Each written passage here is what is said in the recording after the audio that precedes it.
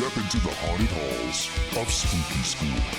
Each week, we take the fearless Jimmy on a journey through uncharted horror territory as we introduce him to spine-tingling movies he's never seen before. Beware, dear listeners, for the chilling tales we unravel may leave you sleeping with the lights on. Here are your hosts, Professor Spooky and Jimmy. Welcome everybody to Spooky School! What up, everybody? Welcome to Spooky School! Welcome back. Happy New Year. First podcast of the new year. Oh my goodness, look at us go. Look at that. 2024, new year, new me. New year, new me, and we're totally on time. I'm definitely going to upload this next Friday and the other episode this upcoming Friday, so that way we actually have 2 episodes in a week for once, or 2 episodes in a row for once. What? We're on top of this shit, baby. All right? Yeah, we are. When we first started, you told me something along the lines of like, oh my God, cell phones on silent, please. When we first started, you told me that most podcasts don't even make it to episode 10. Yeah. This is episode 14. Look at that. We are paving the way straight to success. We are making it happen, all right? I don't care if nobody else watches. I'm having fun. This is fantastic.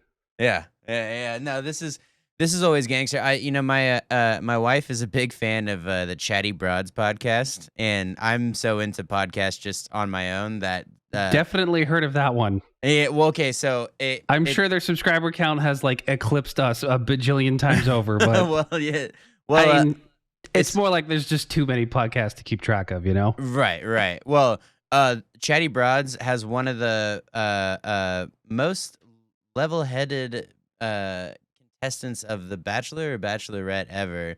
It would be Bachelor because it was her and a bunch of other girls. But so they do just Bachelor. As it should be. Right. Yeah. But they do like really, or they used to do really, really good commentary. They since switched and like do different podcasts now.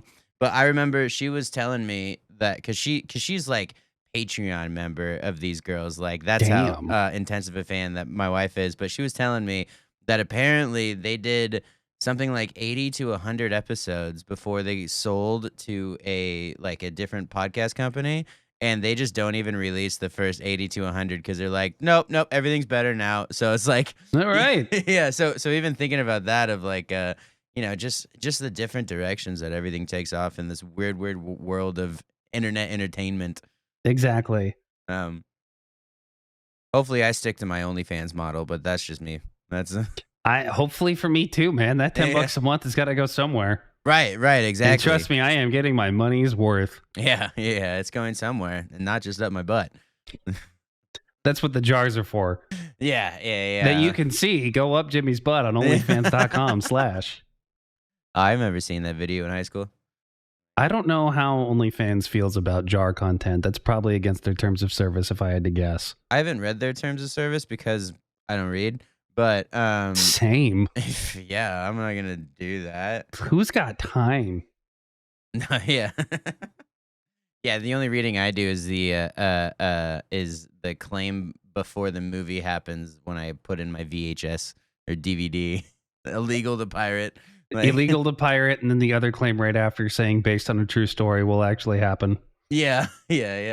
Welcome, and this is how aliens will invade in 2042. Mm-hmm. Which at 2042, I'm down, dude. 20 years from now, I'll be 48. Yeah. Let's wrap it up. I'll be dead. Yeah. 20 years from now? No, you work out enough to at least squeeze 25 at you. Oh, I finally started gear. I don't have another 5 minutes or 5 years left in me. Oh yeah, but you're gonna leave behind the most bulked corpse ever. 80 years of sheep or 50 years of lion. The choice is yours. Dude, is there a horror movie about a dude who takes steroids and it just goes all wrong? Because there should be. That would be pretty fucking cool. Yeah, I mean, like similar thought to what that movie would be like The Fly, right? Just you could do a pretty profound horror movie, like body horror, that makes like some pretty deep commentary on today's like not just social media landscape, but just like body image in general. Yeah. Well, I mean, dude, with Instagram filters and all these fake people that are actually just AI bots creating Instagram accounts, and like you can still see a little bit of the difference if you're like really looking for it. But the problem is now AI is cranking out all these hot babes. And like when the guy has the fog of the underneath, like you're not going to be able to have enough focus to tell which ones are AI or not. So, dude, If you can't tell AI art at this point, mainly because I hate AI art so much, I've like trained my brain to figure out what's AI and what isn't. yeah, it's not But if hard. It just seems too, yeah. if you can't figure it out by now, you're beyond help. I'm sorry, I don't know what to tell you. That's definitely true. I mean, you know that trend of people putting in like make the most stork looking stork ever, and then make it more storker, then make it the darkest storker, and having that hmm happen. Like all those, like it does have its own weird, very like almost like soul lacking art style. Not necessarily that it's like soul lacking as in It like dark, but it almost doesn't as seem. if it's made by a cold, heartless machine that can't feel and Yeah, will only focus on the technicality that goes into artistic design and not the most important part, which is the emotion. yeah, not the emotion. Weird. For some reason, we made computers that are making art, and humans are still working at the Amazon factory. I hate it so I much. know. This world needs to be fucking destroyed. Ragnarok cannot come soon enough. I mean, I'm not gonna lie, I'm right there with you. I have a couple. I've known a couple people that have very strong opinions about like just how great not only AI but AI art in particular is, and it's just like you realize you're just taking jobs from the only dreamers we have left on the planet, right? Like Not every only taking jobs from them, but stealing art completely from the people who are already doing it right and because then replacing it. Because, like, did you see that huge leak that came out from like the I forget which AI team it was, but it's like one of the really big ones that's behind one of the big image creators. okay, There was like a leaked Discord saying like they basically have to launder all the art that they stole in order to like in order to make it so that way they can say like, oh no, we didn't actually just download a bunch of images from the internet, feed it into this machine learning AI system, and then that's how it produces it by copying techniques from other artists. damn, yeah, So it's legit stealing. Also, there's no yeah. credibility in it whatsoever. Okay. No. This is the one time where gatekeeping is cool and we need to do it as much as possible. In this particular instance, abso-fucking-lutely, because I mean, we're already years past people paying for movies and music and all these things anymore. Like going to the actual movie theater is like it's luckily on the up and up since like the pandy wandy, but like fucking completely not what it was just before then anyways. Mm-hmm. It's like I don't know why that is like an argument that needs to be like drawn in the sand with people. It's just like, hey, like we've already discounted art that we want to give you, and we want to make down to like the lowest number possible, most of the times free, or just pay one of the big corporations a monthly subscription. But like, Or watch it on Tubi for free. or watch it on Tubi. Shout out to Tubi, sponsor us Tubi. I love you, Tubi. I love you And more, Tubi. yeah. But yeah, it just like I don't know. I don't know, It's what happens when you have a population that treats art as a product. yeah. Well, backed in a society that makes everything a product. True. So, On top of that, honestly, it's like this we're in a battle for the actual soul of art itself. It's not just, oh, let the machines do everything. It's if this AI shit actually does win, it's over. yeah, There's it's no heart left anymore. There's no visionary left anymore. There's no soul, heart, or love that goes into the process anymore. It's no, just some dumbass ideas guy typing away at a computer going, I can make a movie too. oh my God. And that's the most infuriating bit is like, because I know like it's AI in recording has definitely helped in a little bit. Like like the way that it like I think peaked and should sort of stay is like AI mastering to where like it reads your overall song and just like kind of lets you know the little bits of frequency and like gives you some options that are from AI is like the fullest extent. But I mean, as soon as someone just types in what type of music they want to hear and then it creates a song or a beat for you and you going like, no, faster or no, that is the new creating music, then yeah, I mean, Yeah, then fuck that. I'm going to go deep into the beaches somewhere in South America and just live in a tent and become An a AI fucking monk or generated tent. something. Yeah, exactly. Like, Where the well, manual to put it together was made by an AI chat program, and so that all the information's wrong because nobody bothered to fucking proofread it. no, just cash the check and keep on driving your Tesla And just call it good. Yeah. I'm with you too, because like I'm totally not against the idea of AI taking away the tediousness that goes into a lot of artistic endeavors, right? Sure, yeah. Like from a visual effects perspective, if there was an AI bot where all I had to do was like push a button and it rotoscoped this shot that I needed to get done, fantastic, amazing, Yeah. right?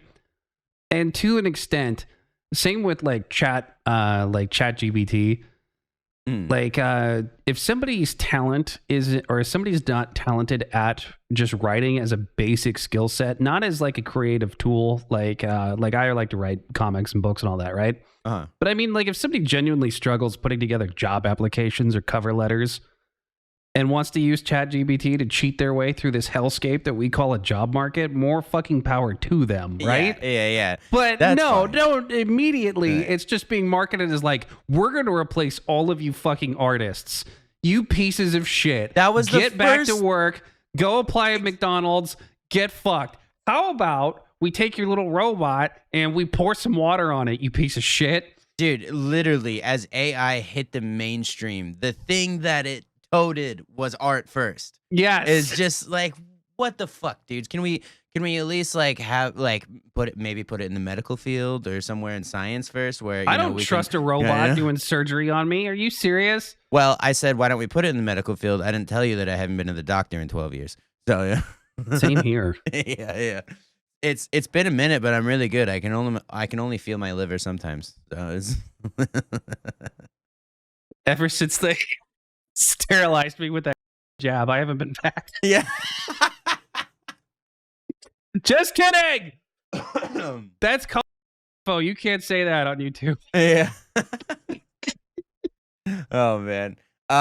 So I definitely am linking this up to the movie Pulse a little bit because Pulse is rad and kind of falls under like a similar umbrella of what we're talking about. But what if, now this is a big what if, but hang on with me, smoke a doobie of the mind and go, what if AI and cell phones and internet, computers, everything like that hooks up to some sort of mother. What?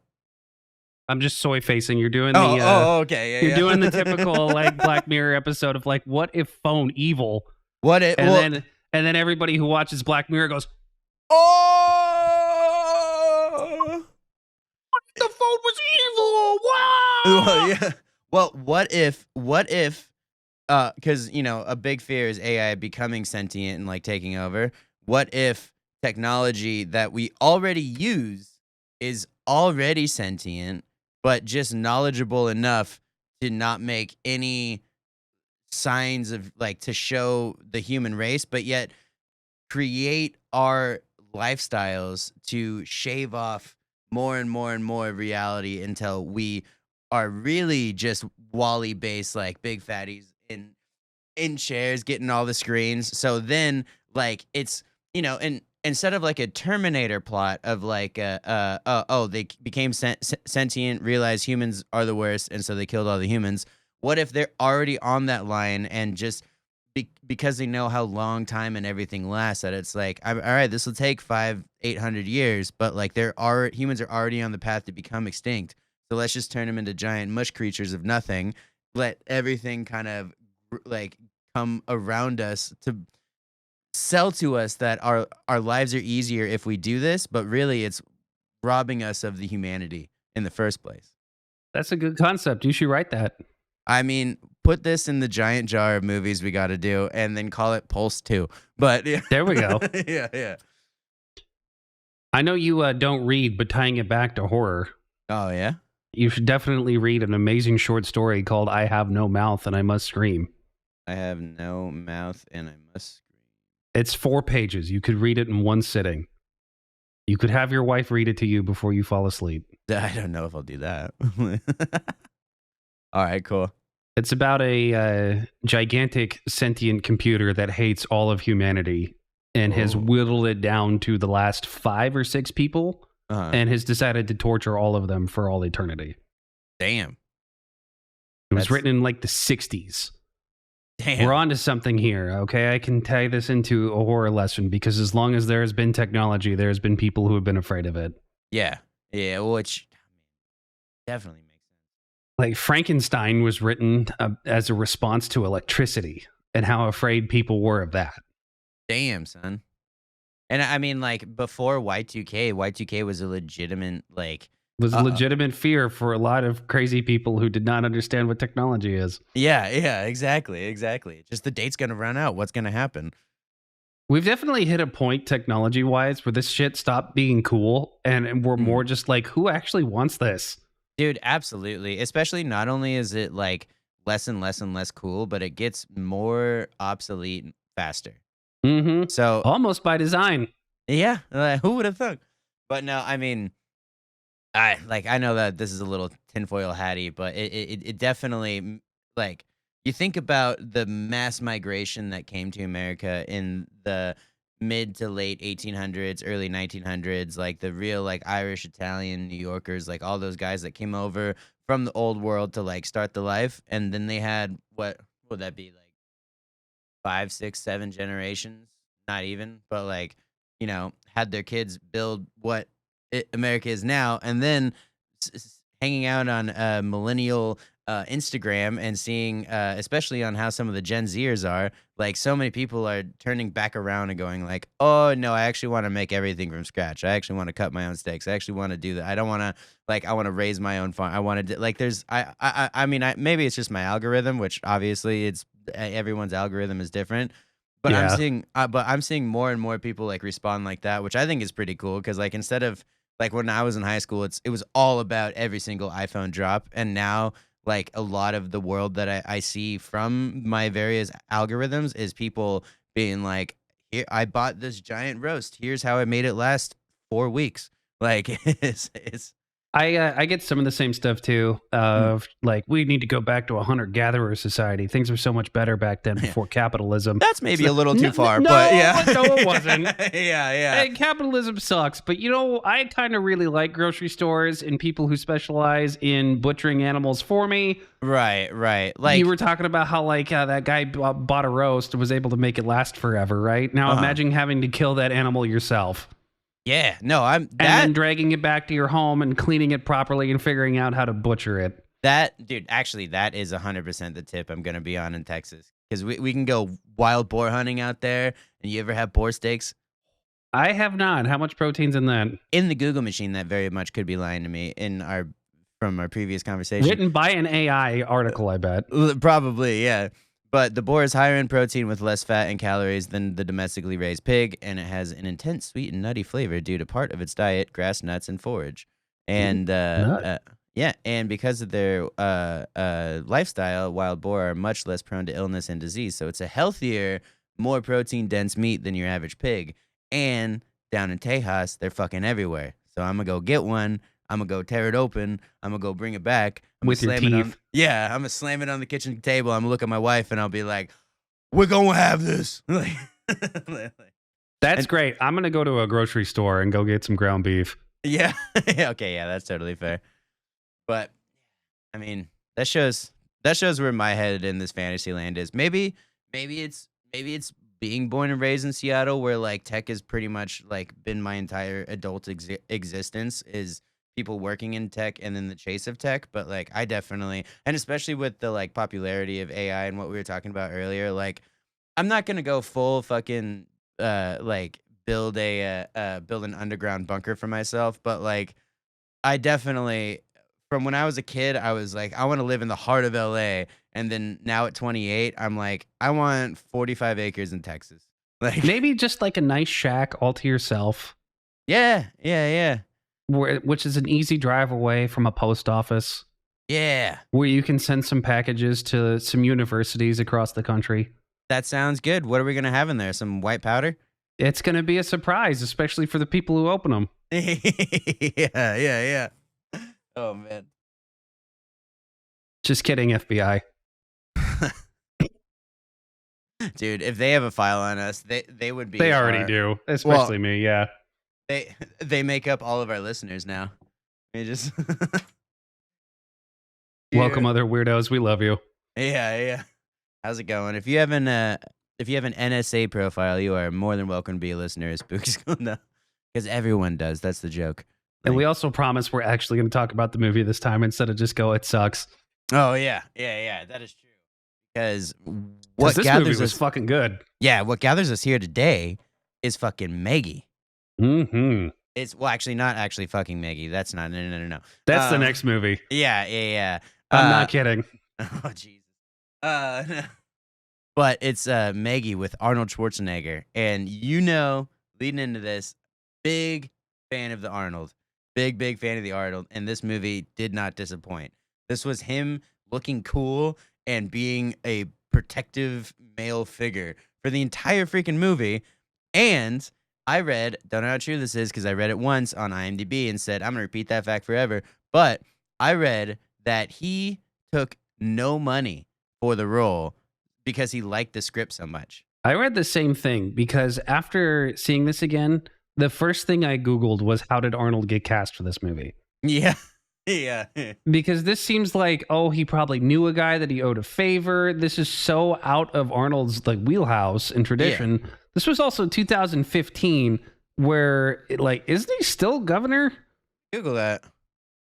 He's still heavily involved in politics. I thought he had been long retired from acting. So somehow, some way, he winds up in this. And I heard about this movie just as the theatrical release had wrapped. Okay. So I watched it. The first time I watched it was 2015 when this movie came out. The home release was already available. I acquired it somehow and have since made up for it by getting a copy. Yeah. But I watched it again, and it's just good, dude. It's good from beginning to end. It's my favorite type of horror movie where it's slow and nothing happens, but it's just so emotionally dense the entire time. It's saved by some really, really good acting from the Arnold and just really, really well placed characters throughout the whole movie. And we follow this teenage girl that gets teenage girl. She gets purchased by a zombie. Yeah. No, she gets bit by a zombie, and it's like a horror-based drama about her slowly changing and what the family goes through. And they're offering quarantine, but we find out that quarantine is exactly what we think a zombie quarantine would be. And so it's just about that relationship of her slowly changing, Arnold being protective, and just wanting to do everything he can for his kid, but not obviously it's already written in stone. So that this is going to happen the entire time. And the way that they draw it out, and it's a pretty long movie too. It's over 2 hours, right? No, it's an hour and a half. Oh yeah? Never mind. Yeah. But maybe it just felt that long. Maybe it felt that way for you because there's no Subway Surfers going on. Yeah, you have to pay attention the whole time, and there's subtleties that you might miss if you're looking at your phone. And there was no titties. No titties. There's not one pair of tits, and there was not even. There was some murders, but it wasn't John Wick style murders. So before we go on to the discussion of this film, I do have one question for you. Okay. In your opinion, is this a horror movie?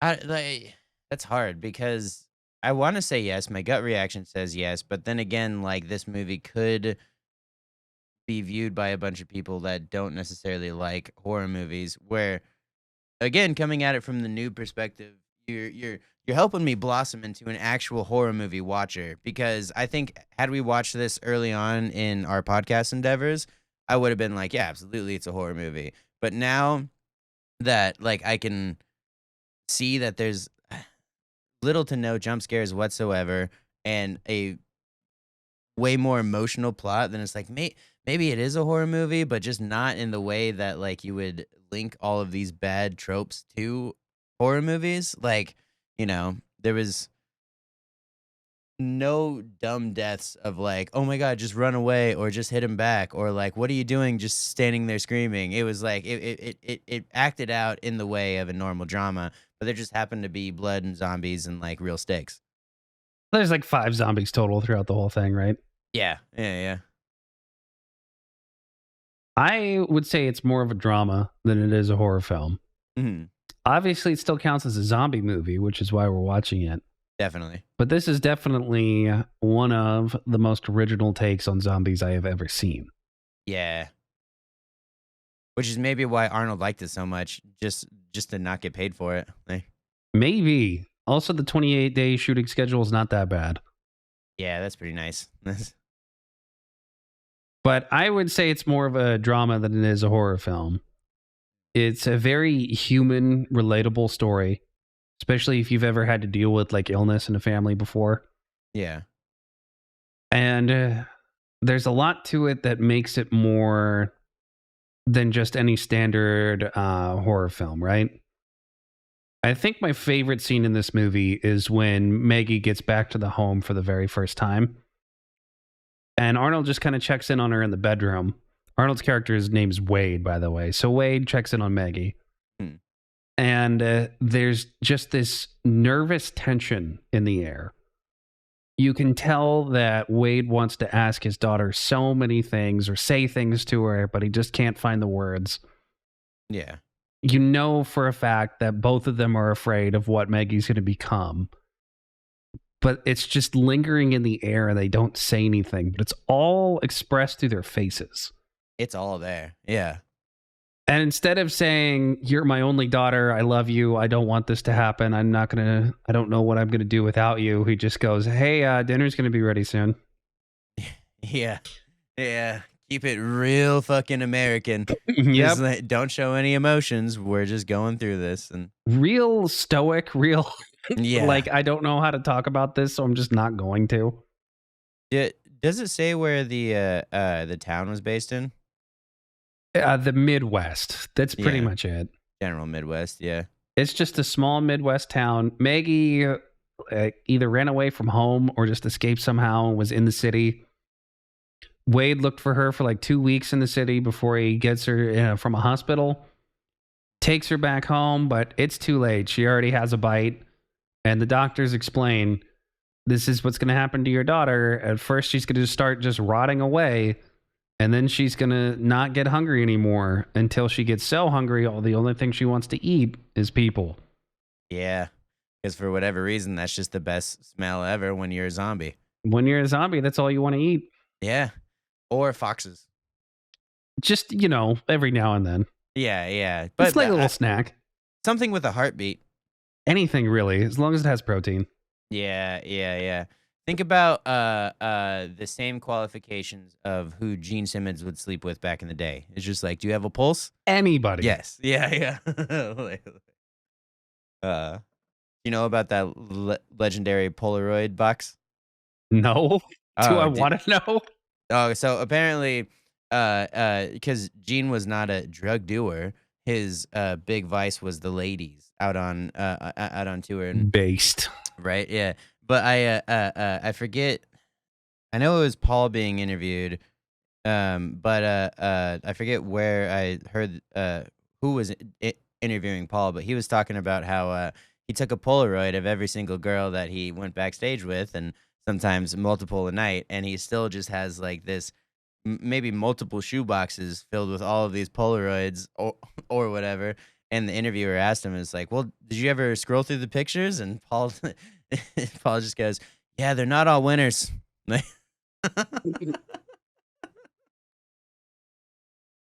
Oof. When Gene Simmons dies, you have to be able to legally take bereavement because chances are he's probably your dad. Oh yeah, chances are, yeah. Chances are, yeah. Yeah. Even just statistically, it's like, all right, when did you come to Seattle in '96? And also, when was Kiss on tour last? And when was 9 months before I was born? The math is kind of working itself out here. Yeah. Mom, were you in Lubbock, Texas in March of '95? Like, why do you ask, son? Yeah. Yeah. Anyways, total side note, but It's fun. It makes for good content. Who cares? Yeah. I want to know your thoughts, right? Because I feel like out of everything, this is the most. I don't even consider this a horror film. So this is the most non-traditional horror film we've seen so far. Definitely. Even more so than House. Well, House definitely had some scenes that made you go, "Whoa!" Yeah. Whereas this one just made me want to cry the entire time. It was deep. It felt like, I don't know. I feel like this was one of the movies where like 9 Inch Nails and I can't think of a perfect other one, but like this if this movie had an endless budget, this movie should have been scored by like a bunch of famous sad rockers. Hell Like yeah. like I could totally see it. And then just like the look of the movie having that not full on grayscale, but like having it be so gray the entire It's movie. so bleak and gray, especially at night when it's just pure black. Yeah, it was super well done then, but It's very lifeless and dead, almost as if it's a zombie. yeah, almost of the movie itself. Yeah. But I did like all the little interactions that we got through like the town, the cops keep on coming back and like I get it from their perspective that they're just trying to keep their town safe, but like Mm-hmm. also you can't mess with the Arnold. And driving back from the hospital when you go get gas and you find the zombie cashier back there, like that would be a real moment that like I know walking into a place and finding random zombies is in nearly every zombie movie, but just that walk in and just needing to pay for gas, not sure what's going on, and then oh okay, here shit, there's another one of these guys that we got to deal with now. Like it just makes yeah, like it just makes sense. It's those little touches that really made it feel super real. And the radio broadcast throughout, too. Like it starts off with the radio broadcast, just basically dumping a whole bunch of exposition on us, right? Yeah. But good exposition is when you cannot tell that it's exposition. Yes. And it feels so real having like this news broadcast going on saying like, this is the state of emergency that we're in. Here's what the virus is called. This is what's happening right now. Mhm. And like, obviously, like I pick up on that stuff right away as soon as I hear it. Like, oh yeah, this is just exposition dialogue, just trying to clue us in. But if I were a normie, if I weren't a PhD at this, Yeah. Yeah. like it probably would have flown right past me, and I'd be like, oh yeah, zombies, cool. Oh yeah, it didn't feel interjected to me at all. It definitely felt like just like such a wonderful way to keep on moving the story down. Because if we just base the movie based on like interactions of the few main characters, it's a family drama. Yeah, it It, really is. and so you need that to move it on because like even it's better that it had it, but even if it didn't have it, like you could still take a gander and be like, oh, this is what's going on here. But it felt a lot better doing that. It was I'm like sure this movie too would cut a lot deeper if we were parents. that's true. Yeah. I am not, thankfully, knock on wood. Yeah, same here. So yeah. Yeah. Um I mean, you have a dog and a cat. yeah, if my dog turned into a zombie, it would be probably hard to fight off. It is a pit bull, Yeah. so it would be but if my cat turned into a zombie, also probably hard to Also fight pretty off. hard It's a to fight cat. off. Yeah. Well, I hope there's no animal zombie viruses then. Hopefully not. No.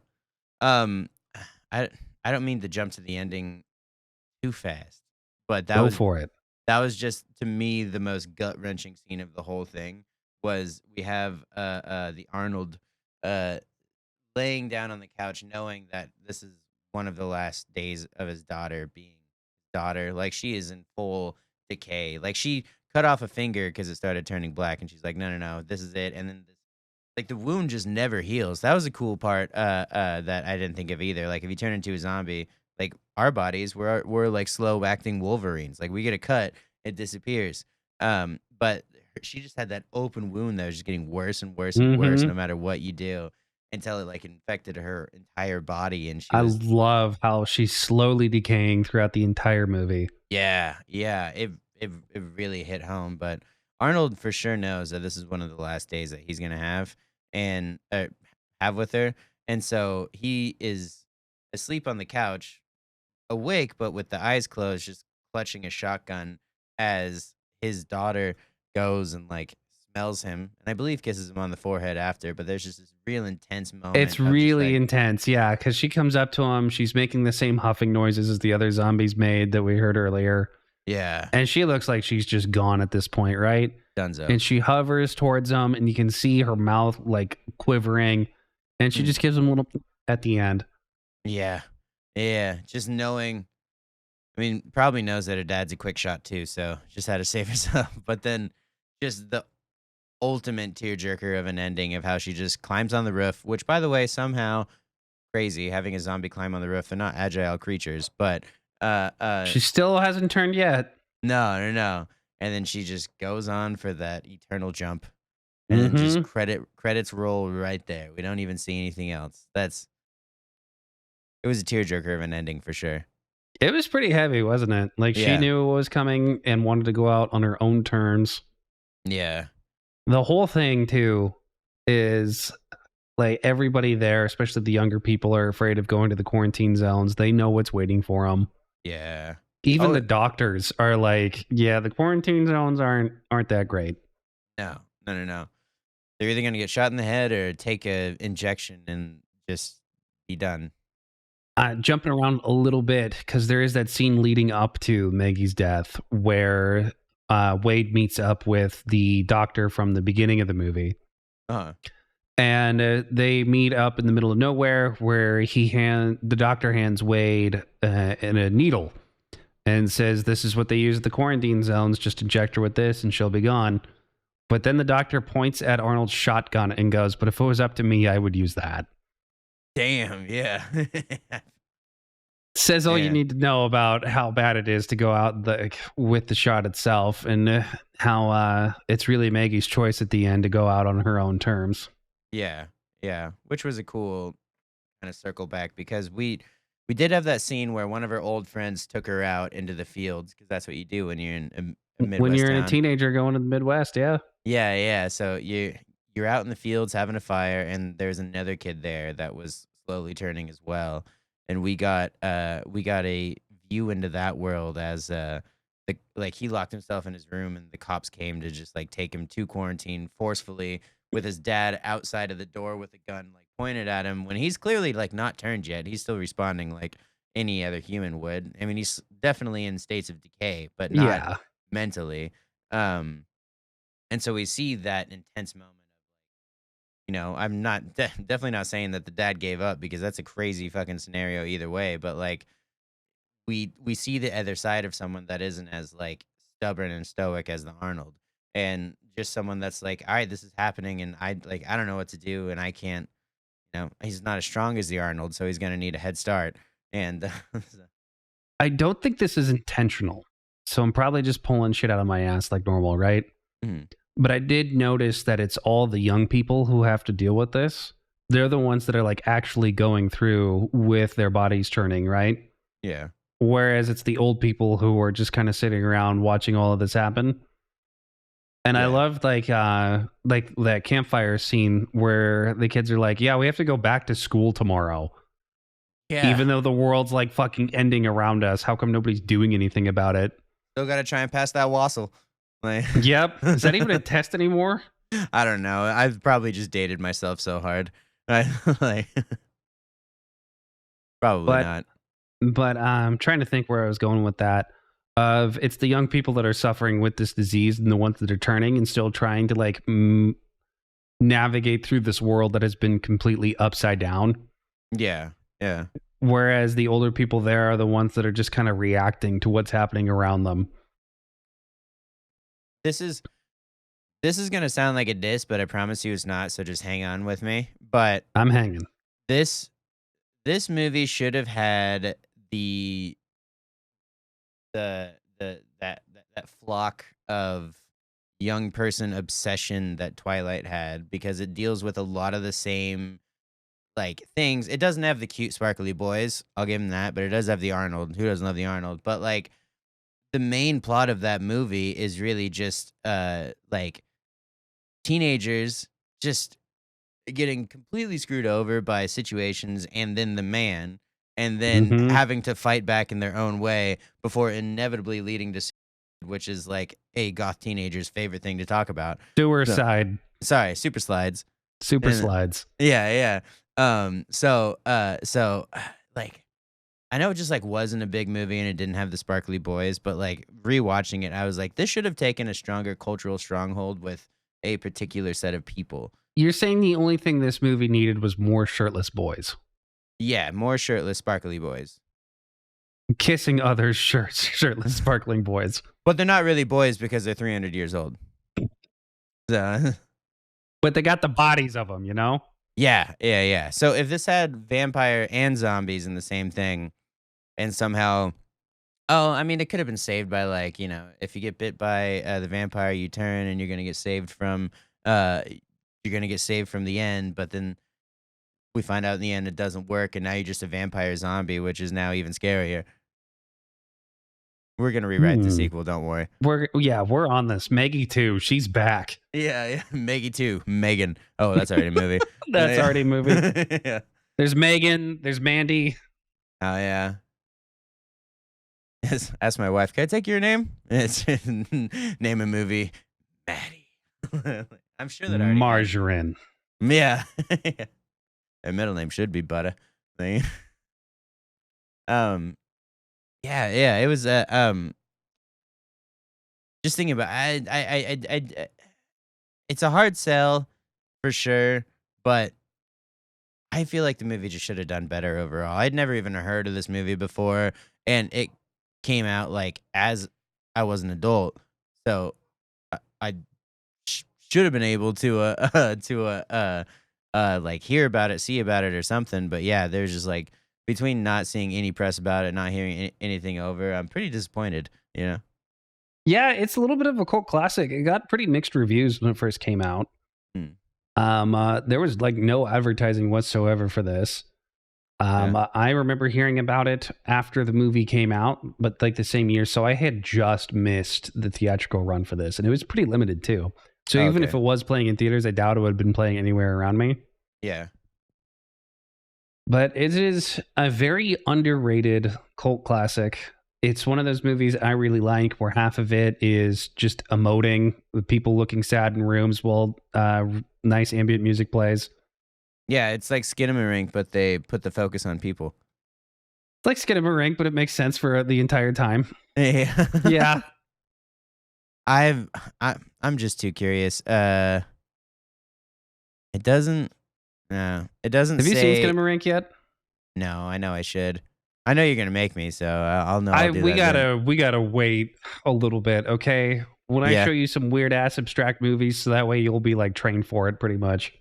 Yeah, I feel like in the same way that I am like still warming up to like more. I mean, I guess we did start pretty strong with the J horror though, but yeah.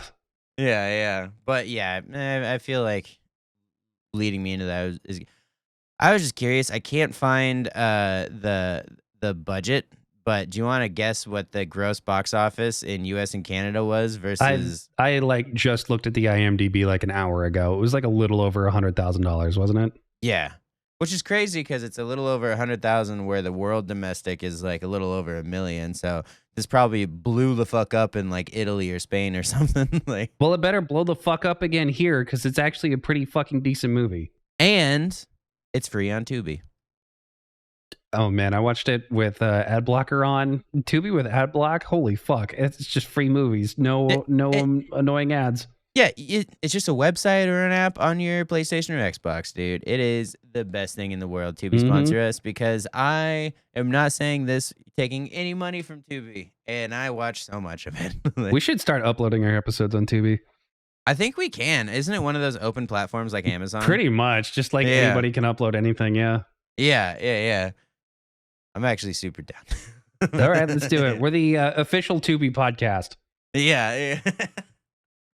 Wait till you get wind of this bad boy. Like, oh, man. But yeah, underrated, severely underrated. Arnold Schwarzenegger's performance. You want a hot take? I'm going to go out on a hot take. Well, give me a hot one. Give me a scorching hot take. It's not scorching hot. It's like ramen cooked noodle hot, you know. Okay, give me a spicy ramen hot take. A spicy ramen hot take. Yeah. All right, then I'll say a spicy ramen hot take is Arnold Schwarzenegger acts better in this movie than 95% of the movies that he's in. I wholeheartedly agree because in this one he's like really trying.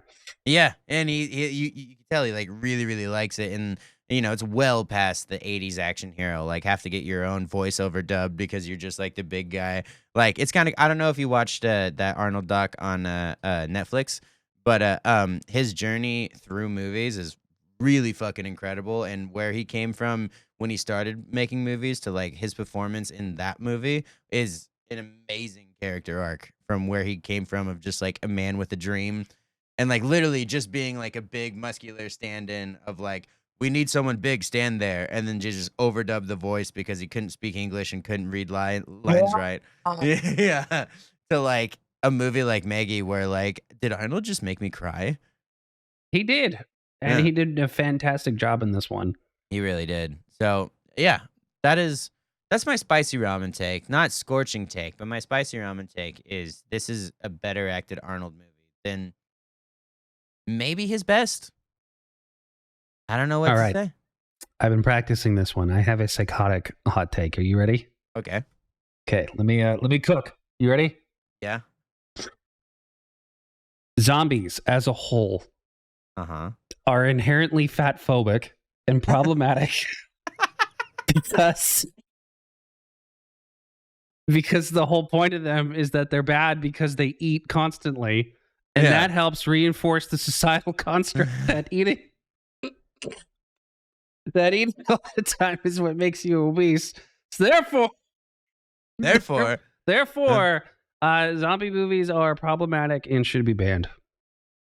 Agreed. Likewise, 100%. Let's get them out. Get rid of them. 100% ban. Have you ever seen a fat zombie? In Dead Rising, yeah. Oh yeah, the boomers from Left 4 Dead. Boomers from Left 4 Dead. Have you ever seen them in film? I would need some time to think on that, but I'm sure if I really looked hard enough, I would see them. Because I personally can't remember. I know I just watched a string of zombie movies, so that's probably where I'm pulling through most of them. Well, you have to like be fat and then turn into a zombie. You don't get fat from being a zombie. Yeah. You're burning way too many calories. Or you can't burn any calories at all. Your gut would just explode. That's true. Yeah, and just have that. Yeah, I'm trying to think besides video games, like, I mean, sure, a lot of the movies that we watched were from like the 70s and 80s. So fat people didn't exist as much back then as they do now. Fat people were invented in the year 2000. Yeah, fat people came out as soon as McDonald's was like, would you like to supersize that? When was high fructose corn syrup invented? Oh my God, yeah, absolutely. Or when was it in all of the foods that we eat now? When was microplastics invented? Dasani.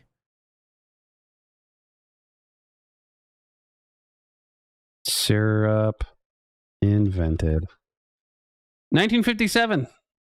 So there we go. Fat people weren't invented until 1957. Well, the fat people pill didn't get invented until 1967, and then did they give us a birth? Yeah, and that then they put in the mRNA vaccine. Yeah.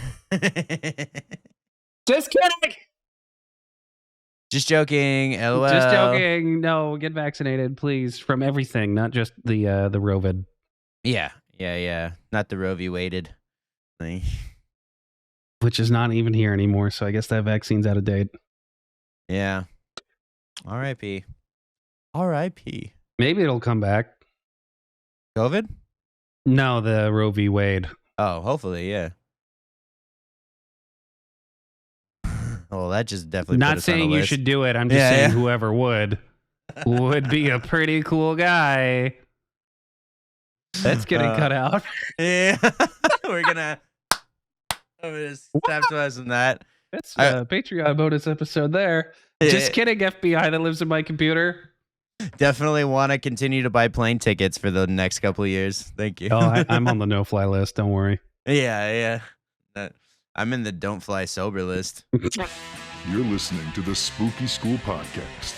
Be sure to leave the video a like, as it really helps out the channel. Subscribe for weekly podcasts delivered to your inbox every Friday. Now let's get back to the show. Well, also speaking about zombies, would you consider an orc a zombie? No, because orcs aren't undead, are they? True, but they come from. I guess it would be living things because like they just kind of like make orcs, right? But then somehow they're alive. So I wonder like, what kind of Kind of like. depends on what fantasy you're talking about too. Oh yeah, Like Lord of the Rings, they're basically homunculi, aren't they? I don't really know how they're made. I honestly thought that they were some type of like undead this whole time. I didn't realize that it was because I remember that scene of them like being born through the mud or whatever, but I just don't really know. I'm gonna Google that. Are they homunculi or golems if they're made from mud? Unlike the first orcs who were created from the tortured and mangled bodies of elves, the Orcai were bred by Saruman the White using the dark arts. Huh. I don't That's think kind of a zombies are a cop-out. dark art, so No. unless It's it's necromancy, then yes. Yeah. More like necrofancy. Ooh, there is a German film. Let Yeah. that be a warning already. Yeah. Called Necromantic. Okay. We could watch that one if you want. Do I want to Google it? I recently heard the best way to Google weird shit without the FBI knocking on your door is type in "what is" first, and then the weird thing that you want to Google. All right. What is necromancer? Necromantic.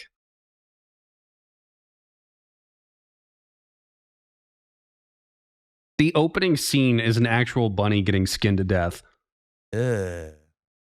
Those Germans. Yeah, no kidding. What year is that? I I can't. want I to say can't even find 70s it. or early 80s. I guess it makes more sense. No, at least it was just a bunny. Could have been a human. Exactly. We scathed out of that one clean. Like, Cannibal Holocaust, which is a movie we're going to watch here pretty soon, it was pretty infamous because all the depiction of animal death, they actually did just kill actual animals in it. damn. Yeah. Mm-hmm. There's a pretty gruesome scene with the turtle getting its shell ripped off. Ooh. Yeah. That sounds pretty intense. I was in Wow, that's elementary so school. gross. Anyways, you want to go cook some ground beef after this? Yeah, but I'm okay with that. I don't see how it gets made, so it doesn't matter to me. No. I was thinking about that the other day, which is like I don't know what I believe, but I definitely believe in like some sort of reincarnation. And I've come to like peace and terms with the fact that like whatever animal I do eat, like even if it says grass fed on the thing, that is what I tend to buy or from butchers or whatever from like everything that I put in there, I am like I recognize and I'm willing to admit that it's like if I get reincarnated into one of these animals that I then ended up eating, I'm still okay with that. You know what I mean? And it's like I can live with that. And I've had that thought now for like a couple of months, and I've been very like just thinking like even if I just have like a regular like Dick's cheeseburger or something, and I'm like, what could I live like this guy? And it's like it might be a hard life, but it's too delicious. I'm gonna do it. So I'm gonna do it. yeah. I've come to the realization that my life is important and a cow's life isn't, Yeah. and that lives must end for mine to go on. Yeah. Well, I mean, that's So it's kinda pretty how easy been for me going. to just be like, yummy meat. Yeah, yeah. That is true. The people are. I mean, I also don't think it's that far away from how we get our iPhones. So Yeah. that's There is a great book I know you don't read called Tender is the Flesh. tender is the flesh. And it's all about how, like, basically meat consumption has gotten so rampant that cows not like went extinct, but it's almost impossible now to make like meat. So there's just a designated group of humans that we use for meat. That's And it's crazy. about a plant worker who works at the meat factory, the human meat factory. Yeah. And it is fucked up and it's so good. That sounds like a really, really good. That sounds like a really good read. I mean, I know you don't read, but it's one of those really short books with big words. Like the words are printed really big, not that the words okay. themselves are big. So you'll be They- able to get through it pretty fast. Yeah, all right. That sounds like something I could take out if I want to scare the piss out of myself. It's pretty fucking good. Highly recommend. Yeah. I mean, we're almost there, dude. Apple keeps on pumping out that fucking $1 billion a year kind like I don't $1 billion know. a year phone. Yeah. Somehow it's broken in a year and a half. Planned obsolescence, like we were talking about earlier. Yeah. So the least of my worries is the cow. Mainly the miners that get the cobalt and the children that build the phones. I was going to say, when you say miners, do you mean the ones digging under the ground or the ones that are under 18? Yeah. No, the ones digging underground are your preferred age range. Your dating preference. Joe. God damn it, Joe. Just kidding. They're only there because their parents were shot, and now they have no choice. By Tim Apple himself. Yeah. It's like, I'm making all this up, but am I? Allegedly. Allegedly. By us. We're the ones alleging this. But allegedly, according to us, Tim Cook goes to the mines himself to kill the parents of these kids. Oh, God. Thank God no one listens to this yet. Just kidding. Tim Cook, can I have a word with you? Yeah. Somewhere, my watch is beaming this directly into Tim Cook's office as some fucking intern just rushed into his office going, "We have ones that know." Mr. Cook, what is it? I'm in a meeting. We have a code white. They found out. And it was Maggie, 2015. Fantastic movie. Fantastic film. Again, I think it's unfairly rated. I think it had an unfair shot. I think it's one of Schwarzenegger's best movies. It was a legit tearjerker. It was a very, very different take on the standard zombie movie. I think it can't be my favorite zombie movie that we watched because it's just like the Night, Day, and Dawn series is just too good. So good, yeah. And I'm always gonna like that style of zombie movie the best, but this was a really good palate cleanser for watching a bunch of those movies and just like, seeing how they're all similar and finding the tropes and like having fun with every single one, but seeing how like there's very, very closely related. This was a nice palate cleanser to breathe into something different and see some really intense acting and like some pretty artsy fartsy directing too. Like it's and brilliant editing. So there's one scene in this one that like fucking terrified me. Especially rewatching this again, right? There's that part where Maggie's out on the swing and her stepmom's watching her while cutting the tomatoes. And we're listening to the radio broadcast talking about how like anyone who's infected, you need to be afraid of them. They're going to turn into monsters. You have to kill them. And it keeps intercutting to this really tight close-up of the stepmom, I forget her name, as she's cutting the tomatoes. And that knife is getting closer and closer to her finger. And so me as the viewer, I'm going, she's going to cut her finger off on accident. It's going to be icky. Ew. Yeah. But it does this amazing swerve where Maggie ends up falling off of the swing set. Stepmom rushes out to go check on her. When we see Maggie's broken, gross-ass infected finger, and this thing is just beyond repair, right? It's bent backwards. There's an open wound with pus coming out of it. Yeah. Maggie then rushes inside, lops off her own finger, throws it into the garbage disposal. So at first I'm like, oh, the payoff of this scene is going to be her accidentally lopping off a finger. And then I got what I thought was coming, but in a completely different way of Maggie willingly cutting off her finger. Yeah, that was pretty dark because you can kind of see her descent into madness through that. Scene too. It's because like, I mean, what fucking kid just sees that and goes like, nope, I'm gonna do it myself. It's gone. Like, yeah. No, I really, really like that one too, and it definitely, I think that was like the kickstart of the game of like her real like she's still her for the most part, but like we can see that it's gonna get real dark real quick. But she's losing herself, yeah. And then there's also quite literally piece by piece. Yeah. There's that couple of scenes with the stepmom when they when I forget if it's right after she runs in with the fox or runs in with something else, but like she goes and grabs like a knife and kind of like hands back. Oh in the yeah, corner. it was like no, it was so brilliant. So Maggie and stepmom are finally bonding, right? There's this throughout the movie unsaid tension of even if Maggie wasn't infected, the stepmom would still hate Maggie. Oh yeah, because it just reminds her of Arnold's previous marriage, right? And so the one time where they're finally bonding and they're really getting along, all of a sudden Maggie sniffs and goes, "Oh, what's Dad cooking? It smells so good." Yeah. And then the stepmom goes downstairs and realizes she's home alone and kind of is like, "Oh no, my stepdaughter's turning into a zombo. Uh-oh. Yeah. What are we gonna do? What are we going to do?" Has to grab eye contacts for her because at this point, Maggie's eyes are just completely gray. Yeah. Dude, oh yeah, that was a pretty cool point too. Seeing everything decay like that too, like just the whole.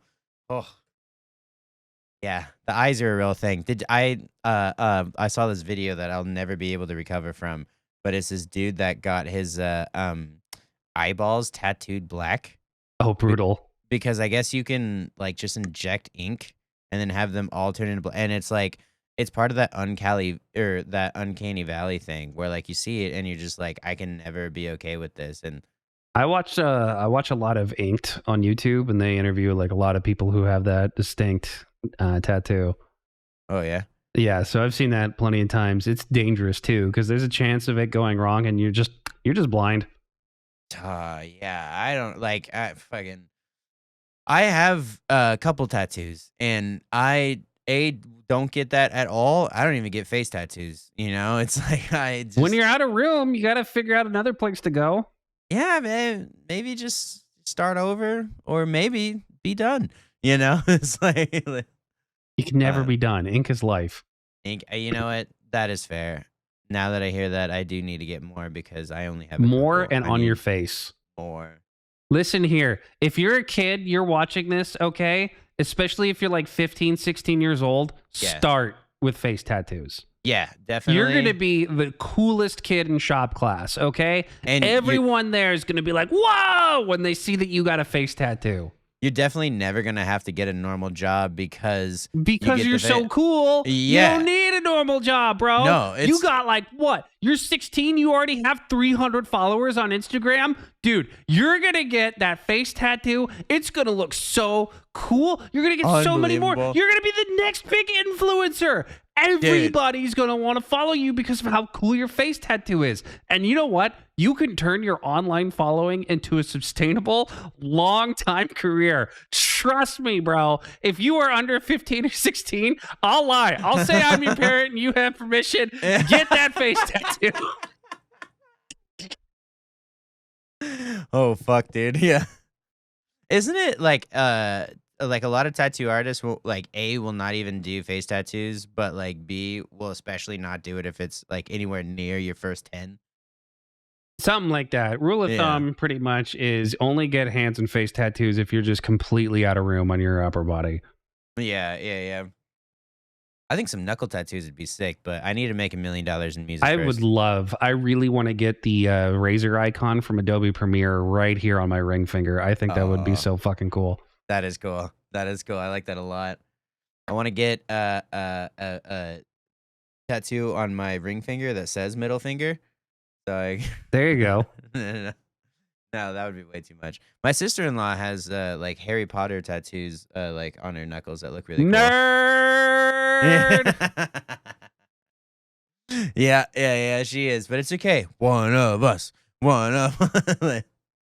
Going back to gatekeeping, the other time it's cool to gatekeep is when anybody talks about Harry Potter. Fuck off, dork.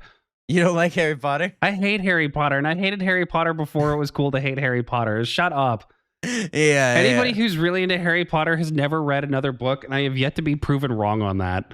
Well, I mean, so my wife and her sister, I've definitely obsessed over it since like the first book came out. And That's like, so great. When is your wife's birthday? I would love to get her a hardback copy of The Wheel of Time. she'll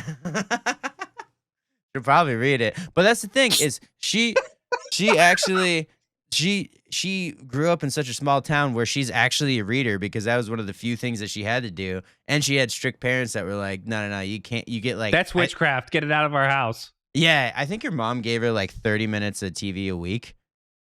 Like, fucking, but yeah, they You are only get obsessed with 10 minutes a day, and if it was on commercials, too bad. it.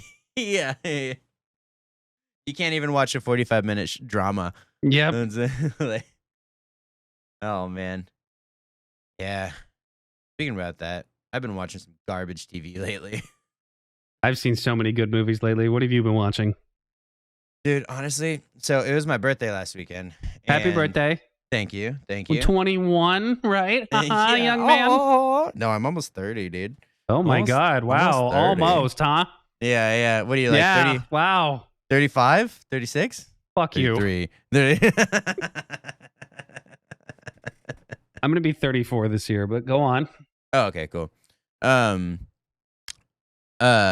Yeah, so I got off of work on a Thursday. My birthday was on a Friday, and my wife had to work, and so it was like over that midnight threshold, and I was just like, man, I've had just such a long week, a crazy like last couple of months that I just want to make myself a burger, and I'm gonna sit down and I want to watch something mindless. And I found this show called Tacoma FD. Fantastic. It's like it's like if Letterkenny was based in a Tacoma Fire Department, and like that Tacoma, but it's made by the same people that are I think they did Reno 911, right? Super Troopers. Oh yeah, and, even and better. like yeah, and that cast. But I'm not a TV show guy. I wish I was, but like in my life I've probably finished like 10 to 15 full TV shows, and like I'll watch a drama like Breaking Bad. I got like one season in before I was like, and it took me like a couple months to get one season in, and then I was like, that was good, but I'm done. You know, like I'm just like not a TV show guy, and I started Tacoma FD, and I'm 2 seasons in already, and I started last fucking Thursday. So like I feel like such a degen, but then again, it's like, yeah, I feel like a lot of people do this with other things. Man, life's too short. Just watch what you like. Yeah. I know I got to get into the longer form dramas, but it is funny trying to get into something like Breaking Bad, and it's like, I mean, it is a good show. I'm not denying that it is a good show. And then it's like, well, do you want a fucking sitcom that's 25 minutes of dick jokes? I'm like, yeah, actually, that's perfect. Might as well. I'm here. Yeah. Yeah, an hour-long episode, that's like too long. I don't care. Maybe I'll just watch 4 seasons of this 25-minute show instead. Exactly. And that's called boy math. Yep. That's boy.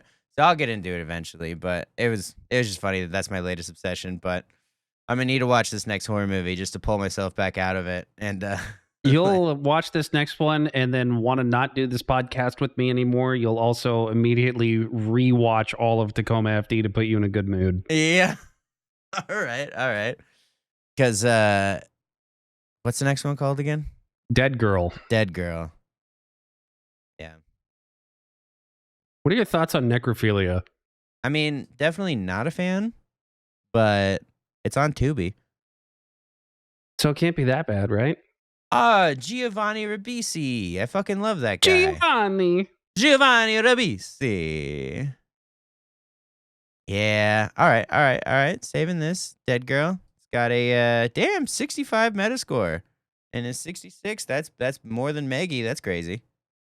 When it comes to horror movies, take the Metascore or whatever, or the Rotten Tomatoes score, and then just add 20 to it if you're already a horror fan.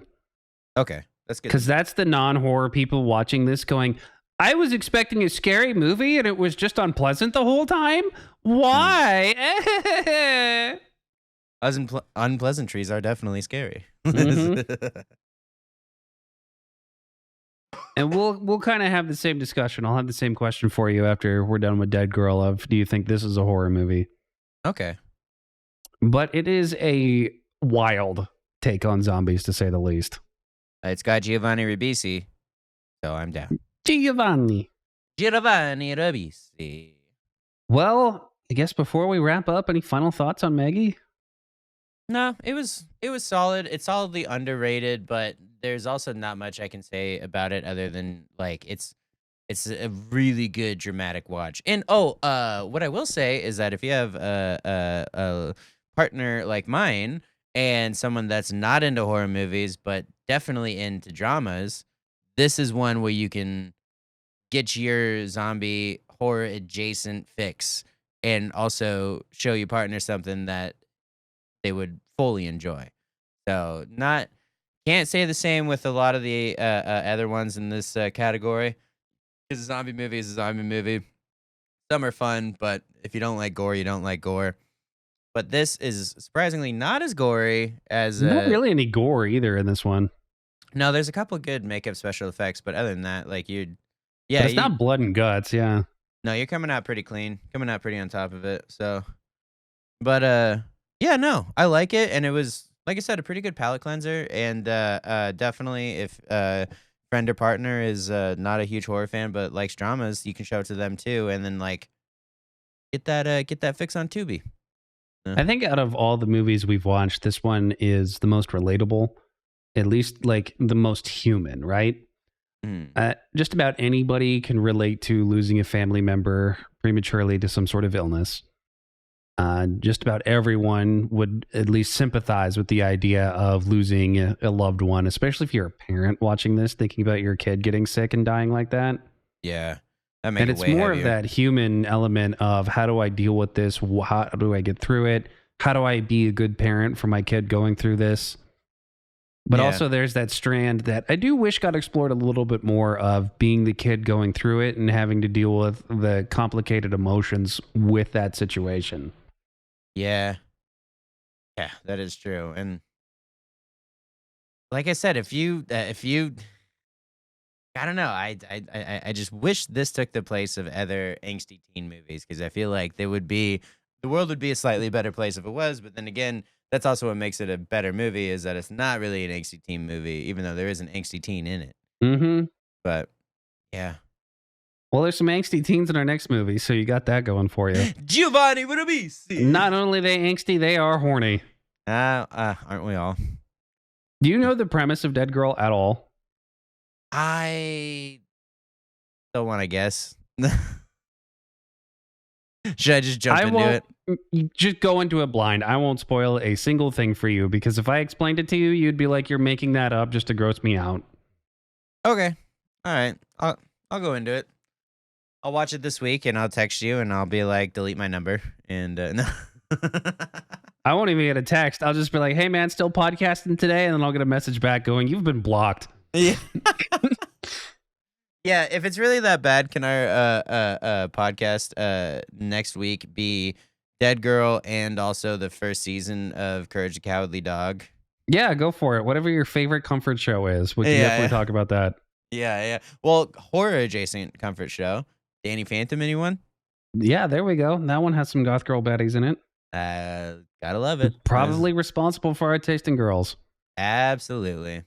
Why are we in the chokers? The world will never know. We'll never know. Yeah. Actually, everybody knows.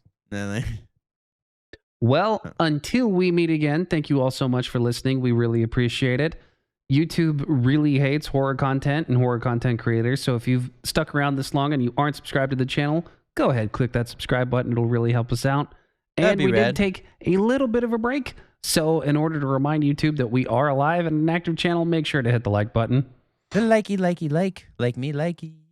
And please write me a letter to this address. That's definitely real. And what else do we need to pitch at the end of every episode? I think that's really it. That's really it. If you like rock music, come to my Instagram at Jimmy Nairn. Go to my YouTube at Jimmy Nairn. And yeah, if you like rock, you're not going to be disappointed. If you like my face, go to my Instagram. And if you like pictures of me shaking hands with Sonic the Hedgehog, go to my Instagram. Hell yeah, dude. Well, until we meet again, thank you so much for watching and take care and stay spooky, my friends. Gracias. Peace. You survived another episode of Spooky School. Be sure to leave a like on the video, subscribe for weekly content, and leave a review if you're listening on Spotify or Apple Podcasts. Check out our Patreon page for extra content too hot for YouTube. Until we meet again, take care and stay spooky.